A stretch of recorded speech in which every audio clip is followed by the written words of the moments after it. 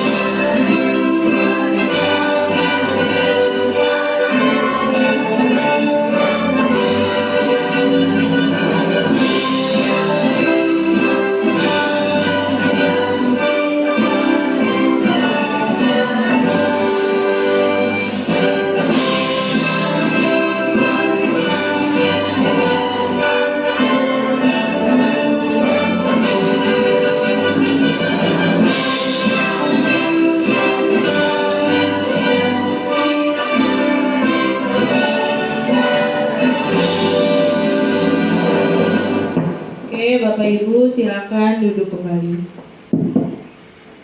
Selanjutnya adalah doa yang akan disampaikan oleh Bapak Bahar. Untuk Bapak Bahar dipersilakan.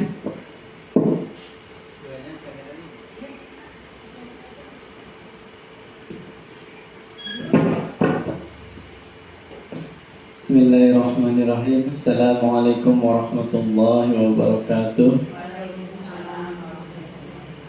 Baik, ibu-ibu, sebelum kita berdiskusi, alangkah baiknya kita awali dengan doa.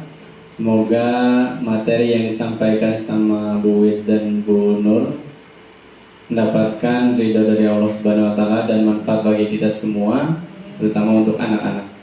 Al-hadiyiniyah wa niyatin kulli salihah bi barakatil umil Qur'an. Al-Fatihah. A'udzubillahi minasyaitonir rajim. Bismillahirrahmanirrahim. Alhamdulillahi rabbil alamin arrahmanirrahim maliki yaumiddin. Iyyaka na'budu wa iyyaka nasta'in. Ihdinas siratal mustaqim. Siratal ladzina an'amta 'alaihim ghairil maghdubi 'alaihim waladdallin. Amin. Rabbana atina fid dunya hasanah wa fil akhirati hasanah wa qina adzabannar. Subhanaka subhanaka rabbika rabbil izzati amma yasifun. Assalamun alal mursalin walhamdulillahi rabbil alamin. Assalamualaikum warahmatullahi wabarakatuh.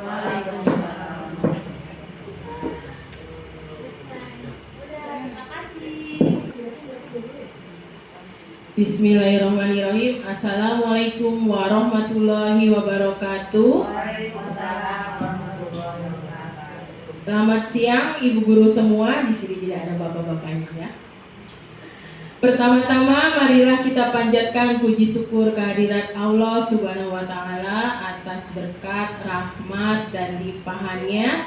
Pada siang hari ini kita bisa berkumpul di sini dalam keadaan sehat walafiat. Sebelumnya saya minta maaf karena pemaparan ini saya tidak berdiri di depan karena kaki saya sedang sakit ya ibu-ibu semua. Sebelumnya saya ucapkan terima kasih kepada ibu guru yang sudah hadir pada siang hari ini untuk mendengarkan dan berdiskusi tentang menyebarkan pemahaman dan penerapan budaya positif. Kegiatan siang hari ini adalah untuk memenuhi tugas aksi nyata saya pada modul 1.4 sebagai calon guru penggerak angkatan 10. Lalu Bapak Ibu, di sini saya tidak bermaksud menggurui Bapak Ibu. Di sini saya hanya ingin menyampaikan penerapan budaya positif yang saya dapatkan pada pendidikan guru penggerak angkatan 10 ini. Next. Latar belakang budaya positif di sekolah merujuk pada norma-norma, nilai-nilai, dan tindakan kolektif yang mendorong kerjasama, penghargaan, dan kesejahteraan. Pentingnya budaya positif terletak pada dampaknya terhadap motivasi belajar dan prestasi akademik siswa. Maksudnya di sini adalah norma yang ada di dalam budaya positif itu adalah saling menghormati, terus berempati, dan berbagi pengetahuan. Nah, nilai-nilainya yang ada di sini itu seperti nilai kejujuran, keadilan, kesetiaan, juga ditekankan untuk membentuk karakter murid yang baik. Maka di sini perlu adanya kolaborasi antara guru, orang tua, dan siswa. Next, Bu Nur. Tujuan di sini adalah mewujudkan karakter peserta didik berdasarkan nilai-nilai Pancasila yang harus diamalkan di lingkungan sekolah sebagaimananya mewujudkan profil pelajar Pancasila. Lanjut. Di sini ada konsep inti budaya positif, ada 8 konsep intinya. Yang pertama yaitu perubahan paradigma belajar. Yang kedua, disiplin positif. Yang ketiga, nilai-nilai kebajikan. Yang empat, kebutuhan dasar manusia. Yang kelima, motivasi perilaku manusia. Yang keenam, posisi kontrol. Yang ketujuh, keyakinan kelas. Yang kedelapan, segitiga restitusi. Next. Nah, yang pertama pembelajaran dengan paradigma baru. Pembelajaran dengan paradigma baru dilakukan berdasarkan prinsip pembelajaran yang berdiferensiasi sehingga setiap siswa belajar sesuai dengan kebutuhan dari tahap perkembangannya untuk mewujudkan profil pelajar Pancasila.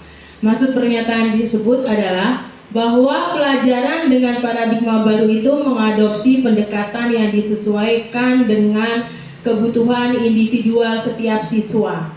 Berarti setiap siswa itu diperlakukan sebagai individu yang unik dengan kebutuhan pembelajaran yang berbeda-beda, termasuk berdasarkan tahap perkembangan dan karakteristik pribadinya. Nah, di sini mengacu pada profil pelajar Pancasila. Bapak Ibu udah tahu semua ya profil pelajar Pancasila. Beriman, bertakwa kepada Tuhan yang Maha Esa dan berakhlak mulia. Berkebinekaan global, bergotong royong, mandiri, kreatif, dan bernalar kritis. Maksud di sini profil pelajar Pancasila mengacu pada konsep pembentukan siswa yang tidak hanya memiliki pengetahuan akademik, tetapi juga memiliki karakter yang kuat sesuai dengan nilai-nilai Pancasila. Nilai-nilai Pancasila itu yang tadi sudah disebutkan, pertama gotong royong, demokrasi, keadilan sosial, ketuhanan yang Maha Esa, dan kemandirian. Oleh karena itu, pembelajaran dengan paradigma baru ini bertujuan untuk menciptakan lingkungan di mana siswa tidak hanya memperoleh pengetahuan tapi juga mengembangkan karakter yang sesuai dengan nilai-nilai tersebut. Nah, di sini ada pembelajaran yang berdiferensiasi ya. Di sini pembelajaran berdiferensiasi itu mengidentifikasikan kebutuhan belajar masing-masing siswa dengan menyesuaikan metode, materi, dan tingkat kesulitan pembelajaran. Jadi memberikan tugas siswanya itu berbeda-beda sesuai tingkat pemahaman anak ya. Nah, di sini apa arti disiplin, Bapak Ibu? Siapa yang tahu disiplin itu apa? Apa Bu Sisil? Ya, taat terhadap peraturan. Ada lagi? Patuh, ya. Baik ya. Benar itu ya. Disiplin positif adalah di sini pendekatan mendidik anak yang berfokus pada pengembangan karakter dan keterampilan, bukan hanya pada pengaturan perilaku. Nah, tujuannya itu membantu anak tumbuh menjadi individu yang bertanggung jawab dan mampu mengatur diri sendiri. Di sini ada 3 prinsip disiplin ya. Disiplin positif ada 3. Yang pertama itu empati. Jadi anak harus bersikap empati kepada siapa? Kepada semua teman-temannya, guru, dan lingkungan di rumahnya. Yang kedua itu kerjasama. Jadi anak-anak itu, murid kita tuh harus belajar kerjasama, kolaborasi antar temannya. Yang ketiga itu dorongan. Nah, dorongan di sini ini kita sebagai guru itu harus memberikan semangat seperti pujian kepada anak, ya di situ untuk memotivasi anak. Next. Nah, dalam budaya kita itu biasanya disiplin itu sesuatu yang dilakukan seseorang pada orang lain untuk mendapatkan kepatuhan. Kita cenderung menghubungkan kata disiplin dengan ketidaknyamanan. Contohnya, orang tua memarahi anak mereka karena tidak membereskan kamarnya, ya. Marahan itu mungkin membuat anak merasa tidak nyaman. Tetapi tujuannya itu adalah untuk mendorong anak lebih disiplin di masa depan. Yang kedua, sebagai pendidik, tujuan kita adalah menciptakan anak-anak yang memiliki disiplin diri, sehingga mereka bisa berperilaku dengan mengacu pada nilai-nilai kebajikan. Yang ketiga, disiplin positif merupakan salah satu cara penerapan disiplin yang bertujuan untuk menumbuhkan kesadaran serta memberdayakan anak untuk melakukan sesuatu tanpa paksaan, ancaman, atau hukuman.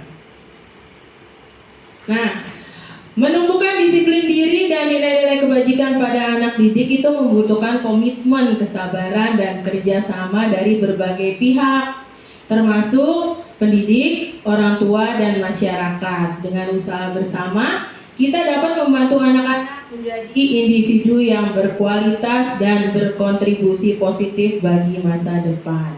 Lanjut, Bapak Ibu. Nah, di sini nilai-nilai kebajikan ada 2. Yang pertama dari profil pelajar Pancasila, yaitu beriman dan bertakwa kepada Tuhan Yang Maha Esa, berakhlak mulia, berkebinekaan global, gotong royong, mandiri, kreatif, dan bernalar kritis. Yang kedua itu keterampilan hidup, kejujuran, tanggung jawab, kerjasama, rasa hormat, peduli, keberanian, kebaikan hati, kedisiplinan, dan ketekunan. Nilai-nilai kebajikan itu adalah prinsip moral atau etika yang dianggap baik dan diinginkan dalam perilaku manusia. Nah, nilai-nilai ini membentuk dasar bagi tindakan yang dianggap benar dan moral dalam berbagai konteks kehidupan, termasuk dalam hubungan sosial, profesional, dan pribadi. Next. Nah, di sini ada kebutuhan dasar manusia. Kebutuhan dasar manusia itu merupakan sesuatu yang kita lakukan untuk mendapatkan apa yang kita inginkan. Seluruh tindakan yang kita lakukan memiliki tujuan, semua usaha terbaik yang kita lakukan agar kebutuhan dasar kita terpenuhi dengan baik. Ya. Lanjut, nilai-nilai kebajikan dalam keterampilan hidup ada seperangkat kualitas positif yang mendasari perilaku dan tindakan seorang dalam menjalani kehidupan sehari-hari. Nah, nilai-nilai ini menjadi landasan bagi individu untuk membuat pilihan yang bertanggung jawab, berinteraksi dengan orang lain secara positif, dan berkontribusi dengan masyarakat.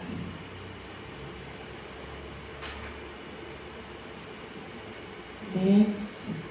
Nah, kebutuhan dasar manusia ini di sini ada 5 ya Bapak Ibu. Yang pertama itu kesenangan, bermain, humor, antusias, dan tertawa.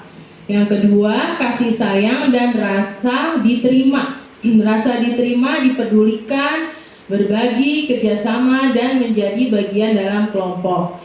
Yang ketiga itu kebebasan. Mandiri, memiliki pilihan, mencoba hal baru, dan mampu mengendalikan diri. Yang keempat, penguasaan. Harga diri, keinginan untuk dianggap, memimpin, berprestasi, diakui, dan didengar. Yang terakhir itu bertahan hidup, tempat tinggal, makanan, pakaian, keamanan, dan kesehatan. Nah, di sini kesenangan itu, kebutuhan manusia akan kesenangan itu mengacu pada keinginan untuk mengalami perasaan positif, bahagia, dan puas dalam hidup. Kebutuhan ini berkaitan dengan keinginan untuk menikmati hidup, bersenang-senang, dan mengalami hal menyenangkan. Ya, kasih sayang, terima kasih sayang dan rasa terima itu merupakan kebutuhan psikologis yang sangat penting bagi kesehatan mental dan emosional manusia. Kebutuhan ini berkaitan dengan keinginan untuk terhubung dengan orang lain, merasakan cinta dan dukungan, serta memiliki rasa dalam suatu komunitas. Yang ketiga itu kebebasan. Kebutuhan manusia akan kebebasan itu mengacu pada keinginan untuk memiliki otonomi, kemandirian, dan kontrol atas hidup sendiri. Kebutuhan ini berkaitan dengan keinginan untuk membuat pilihan sendiri, bertindak sesuai dengan nilai dan keyakinan sendiri, dan hidup tanpa batasan atau tekanan yang tidak perlu. Yang keempat itu adalah penguasaan. Kebutuhan manusia akan penguasaan itu mengacu pada keinginan untuk merasa mampu, kompeten, dan memiliki kendali atas diri sendiri dan lingkungan. Kebutuhan ini berkaitan dengan keinginan untuk mencapai tujuan, mengatasi tantangan, dan menunjukkan kemampuan diri. Yang terakhir itu kebutuhan bertahan hidup. Kebutuhan manusia bertahan hidup merupakan hal yang sangat penting untuk menjaga kesehatan fisik dan mental, meningkatkan kualitas hidup, dan mencapai potensi penuh sebagai manusia. Nah, selanjutnya ini akan dijelaskan oleh Bu Nur Aini. Sebelum Bu Nur Aini menjelaskan, kita ice breaking dulu Bapak Ibu. Ya, setuju? Oke, biar nggak ngantuk. Nah.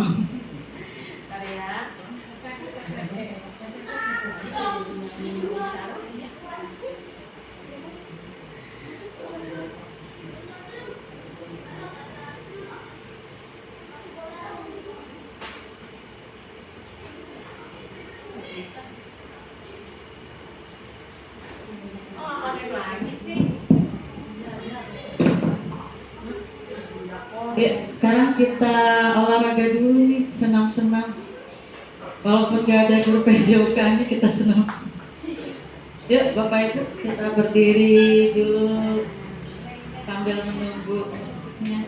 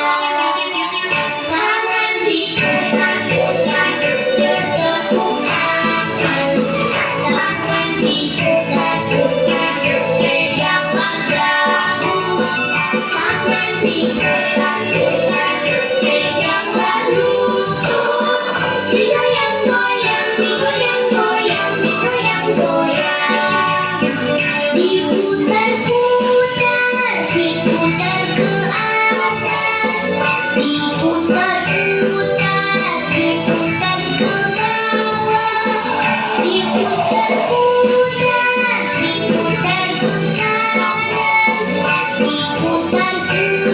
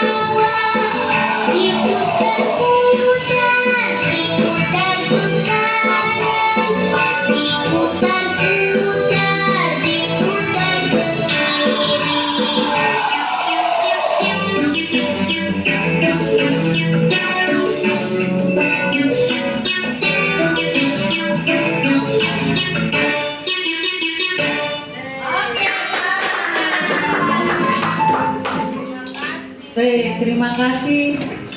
Sudah tidak menunggu lagi ya Bapak Ibu untuk kita lanjutkan. Tadi sudah dijelaskan oleh Bu Wit 4 yang terkait dengan budaya positif. Yang pertama apa tadi? Paradigma pelajaran baru ya, paradigma baru dalam pembelajaran. Yang kedua adalah kita balik lagi ya, budaya disiplin positif ya tadi. Yang ketiga nilai-nilai kebajikan. Lalu yang terakhir tadi sudah dijelaskan tentang kebutuhan dasar manusia. Baik, sekarang kita akan lanjutkan tentang motivasi perilaku manusia. Ya, di sini saya akan bertanya, apa sih motivasi? Motivasi, iya betul. Tepuk tangan untuk Bunau. Betul ya, motivasi adalah dorongan. Dorongan bisa dari dalam maupun luar. Ya, kalau dari dalam internal, luar eksternal. Di sini motivasi merupakan dorongan yang dimiliki seorang individu yang dapat merangsang untuk dapat melakukan tindakan-tindakan atau sesuatu yang menjadi dasar atau alasan seseorang untuk berperilaku atau mencapai tujuan tertentu. Jadi motivasi perilaku manusia seperti itu. Jadi ada dorongan yang ingin kita keluarkan, atau biasanya keinginan kita, keinginan seorang manusia, sehingga nanti dibentuk dalam suatu perilaku yang kita bisa lihat sehari-hari. Jadi terkadang perilaku manusia itu terlihat adanya motivasi, apa sih dia melakukan seperti itu, kenapa gitu ya. Nah, biasanya motivasi perilaku manusia itu di latar belakangi oleh yang pertama, satu, untuk menghindari ketidaknyamanan atau hukuman. Ya, biasanya nih kadang kita juga sebagai guru dan anak supaya tidak untuk menghindari hukuman itu biasanya kan seperti kita datang tepat waktu ya, walaupun tidak ada hukuman secara langsung, otomatis kalau kayak guru kita absen telat dipotong ya TKD. Terus kalau anak bagaimana? Anak kalau misalnya datang terlambat pasti bisa dihukum ya, ada hukuman misalnya push up atau apapun, atau yang tadi bisa kita lihat di upacara ya, kalau ada anak yang terlambat atau tidak lengkap. Nah, biasanya mereka itu kalau untuk supaya tidak terhindar dari hukuman, biasanya ya selalu berpakaian rapi dan lengkap ya, seragam lengkap. Kenapa? Karena kalau udah kena hukuman biasanya ada timbul rasa malu di situ ya. Yang kedua, ada juga motivasi perilaku manusia itu untuk mendapatkan imbalan atau penghargaan dari orang lain. Ya, biasanya kita sebagai seorang guru tidak henti memberikan pujian kepada anak yang sudah menyelesaikan tugas dengan baik. Biasanya kalau misalnya nggak dikasih pujian atau imbalan ya, biasanya atau penghargaan ya, itu anak kok hari ini aku sudah baik tapi nggak ada imbalan apapun. Jadi biasanya anak pengen dilihat oleh gurunya baik ya, jadi dia ingin mendapatkan sesuatu, jadi berusaha dengan sebaik mungkin berperilaku yang baik. Jadi keinginan, motivasinya itu. Lalu yang ketiga, untuk menjadi orang yang mereka inginkan dan menghargai diri sendiri dengan nilai-nilai yang mereka percaya. Mereka percaya kalau misalnya kayak anak, mereka rajin belajar, percaya nanti nilainya akan bagus, yang pasti akan naik kelas ya. Jadi motivasinya itu. Jadi mereka menginginkan sesuatu yang bisa membanggakan buat diri mereka maupun orang lain. Jadi yaitu ada menghargai diri sendiri dengan nilai-nilai yang mereka percaya. Jadi apa yang mereka usahakan mereka percaya bahwa itu akan menghasilkan sesuatu yang baik. Nah, konsep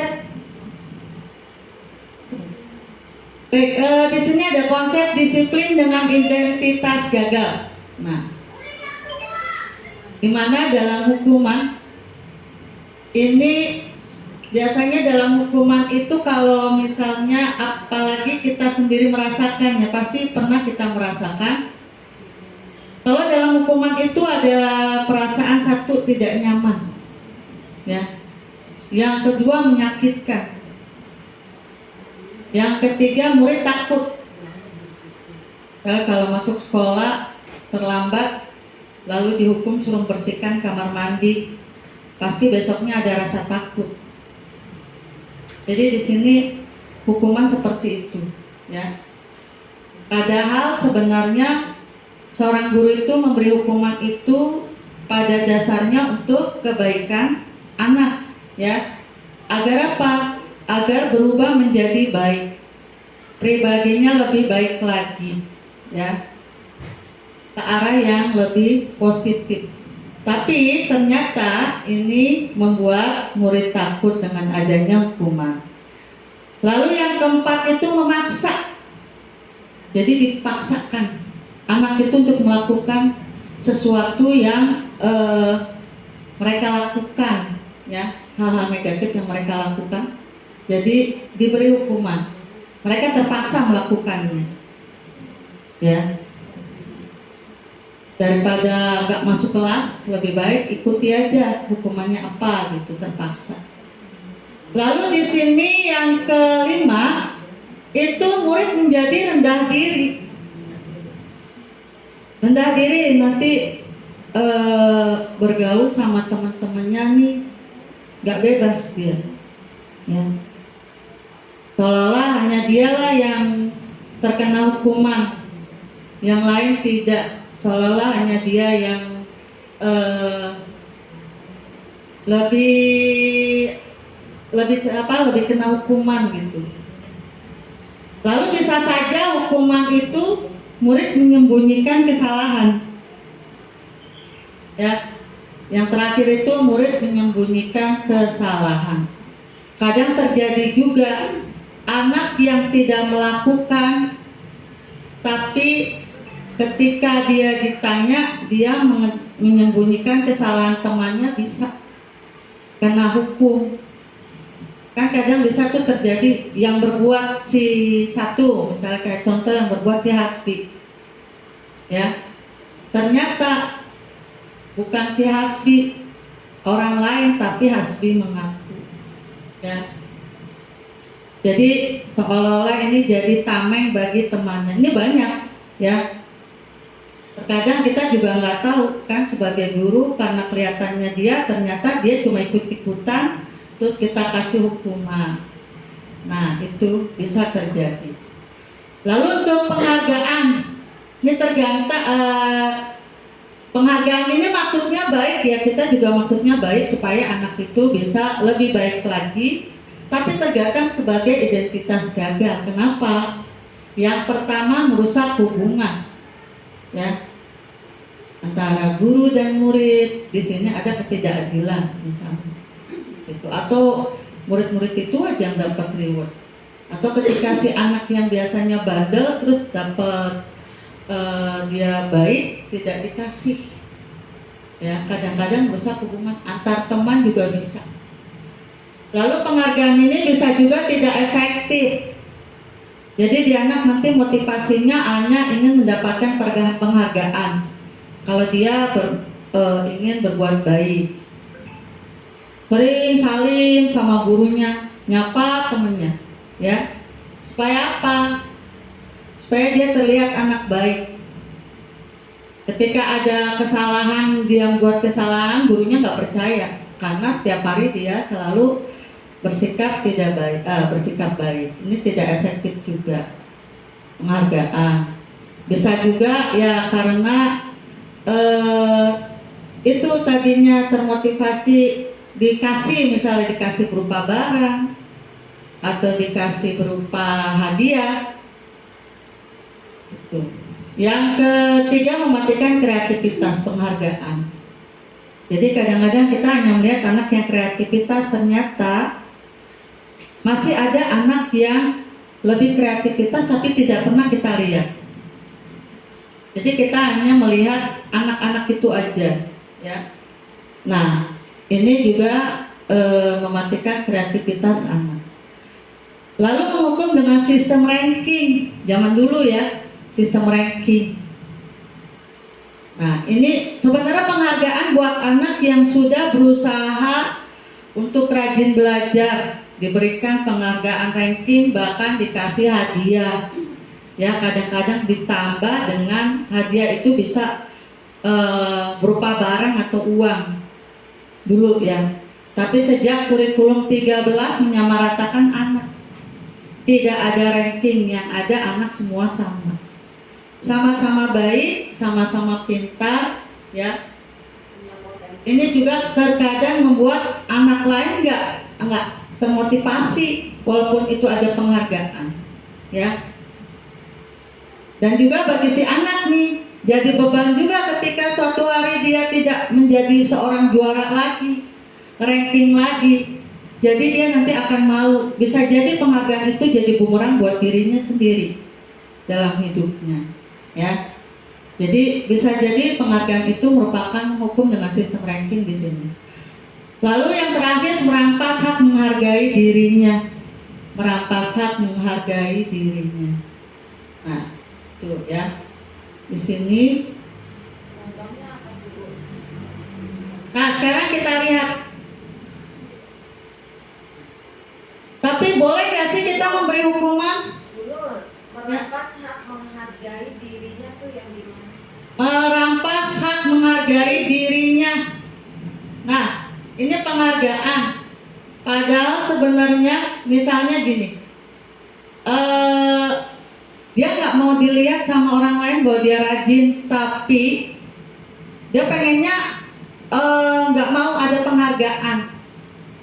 Cukup orang itu hanya melihat dia itu rajin, gitu, menghargai. Nggak mau dibanggakan gitu, nggak mau dibangga-banggain gitu. Iya, seperti itu bisa, ya. Kadang seperti itu.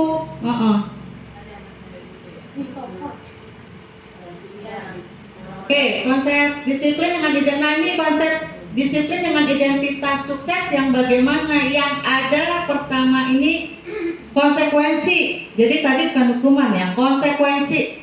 Dimana dalam konsekuensi ini murid menghormati peraturan yang pertama. Nanti ada konsekuensinya. Penguatan jangka pendek. Yang ketiga, kehilangan waktu untuk mengurangi kesalahan. Lalu ada restitusi. Di mana restitusi ini adalah yang pertama, murid menghormati dirinya dan orang lain. Yang kedua, fokus pada pemecahan masalah jangka panjang. Yang ketiga, murid bersemangat memperbaiki kesalahan. Ini yang menuju identitas sukses. Nah, di sini kita lihat posisi kontrol kita nih sebagai guru. Kebanyakan kita di mana nih? Yang pertama itu ada kita sebagai penghukum.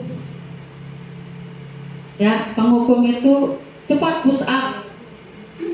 Kamu lakukan kesalahan push up, nah hukuman. Pembuat rasa bersalah. Nah, gara-gara kamu temanmu itu menangis. Nah, di sini jadi guru ini pembuat rasa bersalah. Nah, sebagai teman, ya, kalau sebagai teman, jadi di sini guru itu sebagai teman. Cobalah kamu bantu ibu, ya, untuk menenangkan atau menyelesaikan masalah teman kamu. Jangan memprovokator. Itu sebagai teman, bantu ibu, bantulah ibu. Kalau sebagai pemantau yang melihat saja, namanya juga pemantau, temannya melakukan kesalahan, anak murid melakukan kesalahan, dia pantau dulu sampai berapa kali gitu.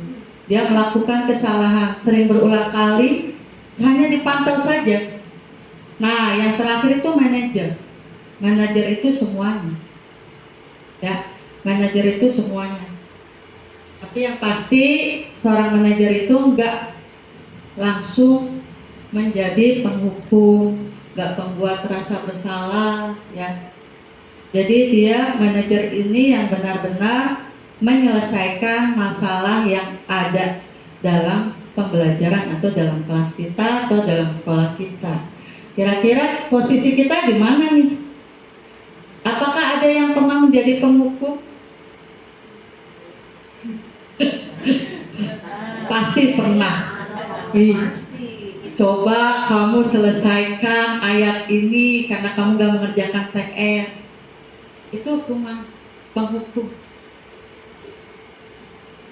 Kalau saya dulu pernah, tapi kalau sekarang enggak. Ya, karena kita memang kan proses bertahap. Ya, membuat rasa bersalah pun pernah. Iya, pernah nggak kita, Bapak Ibu? Pernah, ya. Tuh kan, kamu tuh yang bikin nangis. Nah, gimana sih kamu? Nah, tuh. Sebagai teman juga gitu. Tolong dong bantu ibu. Ini kan mau ada monitoring nih, kan gitu. Biasanya kan seperti itu.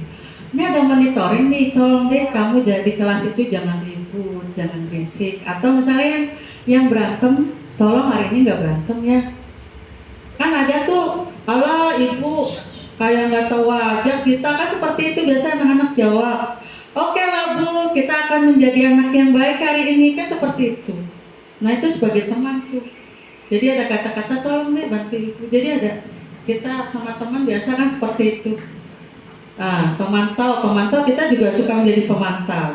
Tapi kita sekarang ini akan berusaha menjadi seorang manajer ya, yang paling bagus. Nah, kita lihat contoh penerapan 5 posisi kontrol. Nah, sebagai penghukum nih,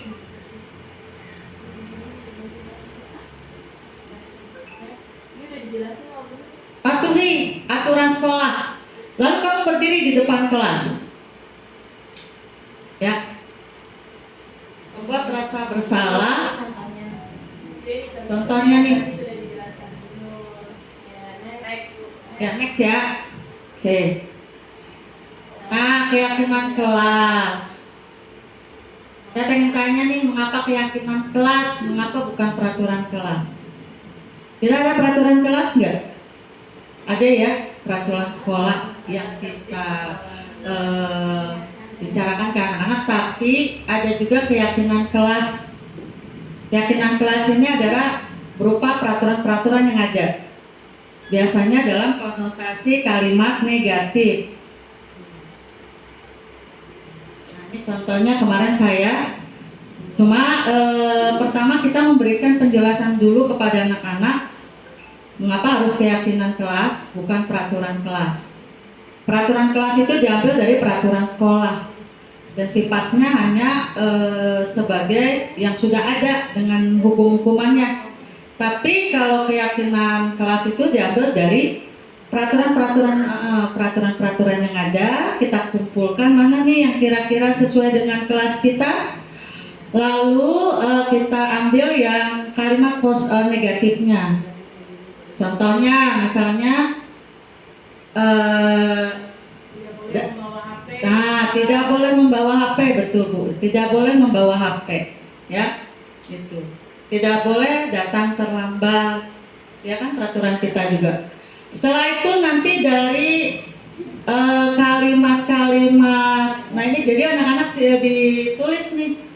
Anak-anak menulis dulu dalam post-it peraturan-peraturan tadi yang negatif, lalu nanti dibuat menjadi kalimat positif. Tadi seperti tidak boleh membawa HP.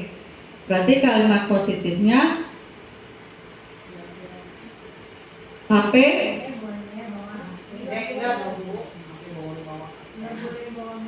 kalimat positifnya jadi belajar saat digunakan ya, belajar dalam pembelajaran belajar tidak menggunakan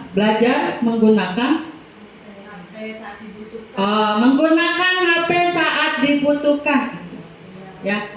Menggunakan HP saat dibutuhkan itu kalimat positifnya. Nah, anak mengganti ke kalimat positifnya, kembali ditempel nanti di papan tulis, ya.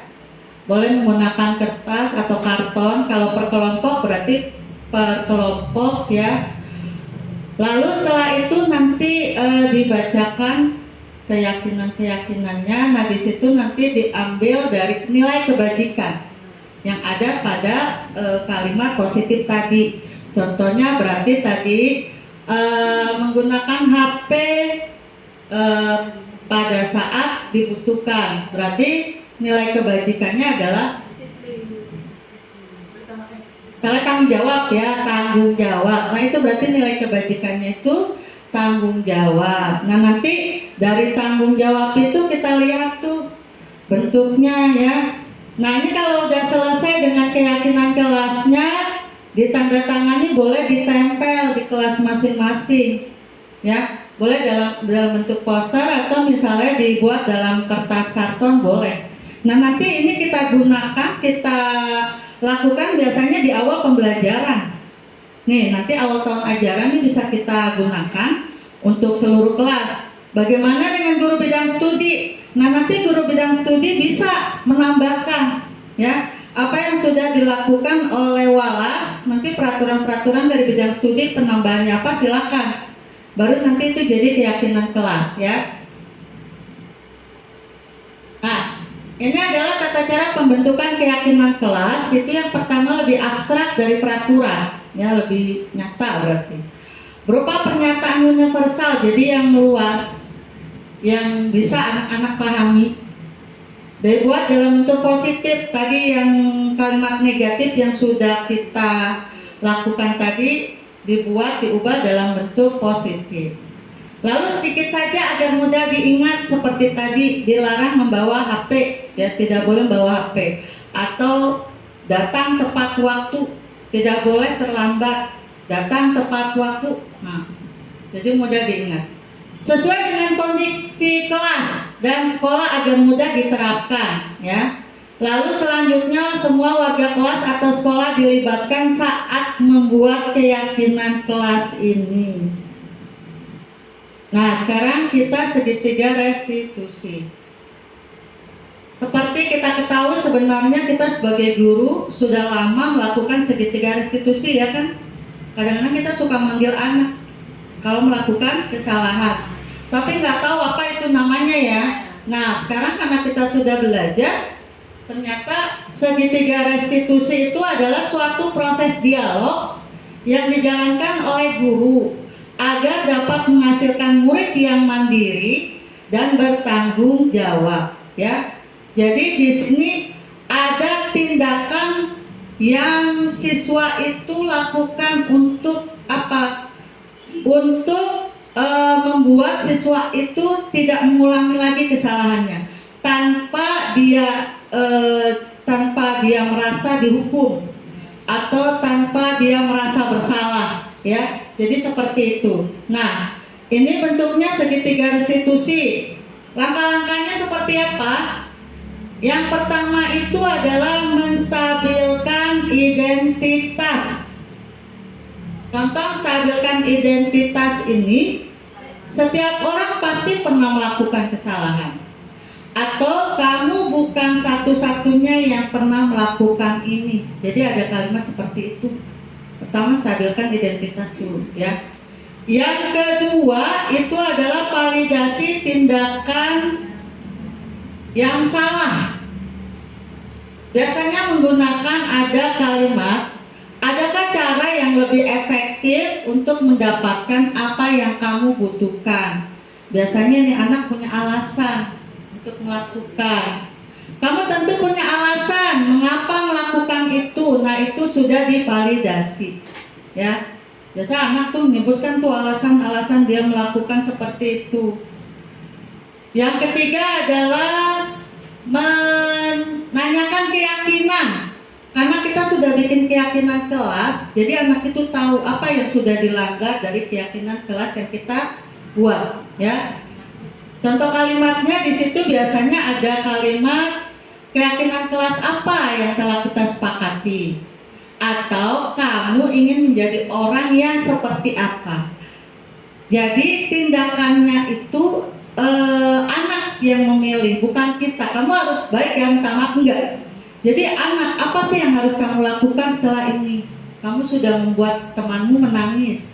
Apa yang kamu lakukan agar itu tidak terulang kembali? Jadi ketika dia sudah menjawab sendiri apa yang harus dia lakukan terhadap tindakan yang sudah dia lakukan, lalu dia disuruh langsung mengerjakan ya yang sudah dia bilang tadi. Nah, itulah jadinya nanti ada proses penyelesaian antara anak dengan temannya, dan kita sebagai guru adalah sebagai pengantar, penyelesai, ya. Jadi ada solusi dari masalah yang dihadapi oleh anak. Nah, ini kita bisa lihat contoh penerapan segitiga restitusi. Ini ada menstabilkan identitas, sudah ada validasi tindakan yang salah, lalu menanyakan keyakinan. Dari ulang dulu, Bu.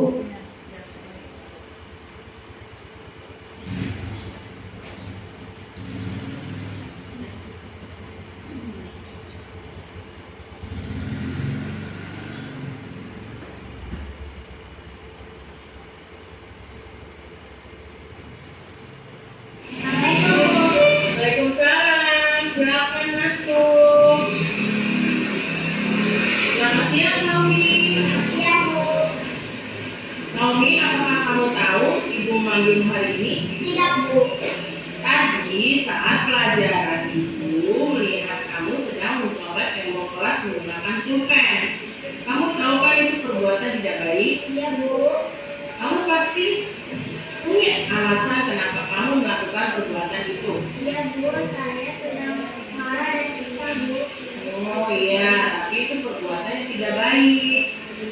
Kamu bisa menggunakan cara lain yang lebih baik, karena tembok itu sarana sekolah yang harus kita rawat dan jaga. Baik, Bu. Saya akan hilangkan coretan saya di tembok menggunakan tembok, Bu. Bagus, berarti kamu sudah tahu konsekuensinya ya. Iya, Bu.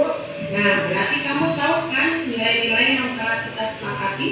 Baik, Bu. Saya sadar perbuatan saya itu tidak baik dan tidak menghargai sarana prasarana milik sekolah, Bu.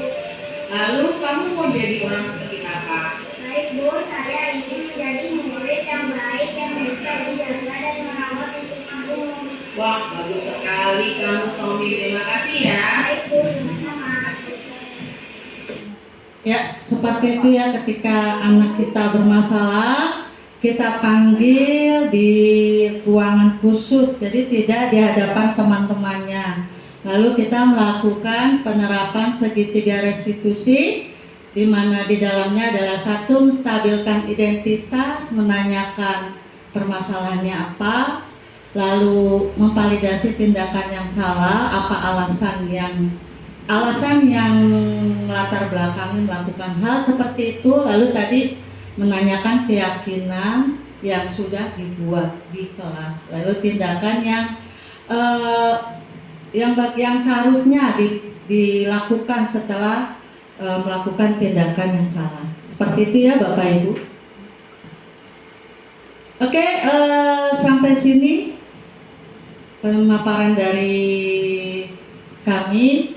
Mungkin ada yang mau disampaikan, saran atau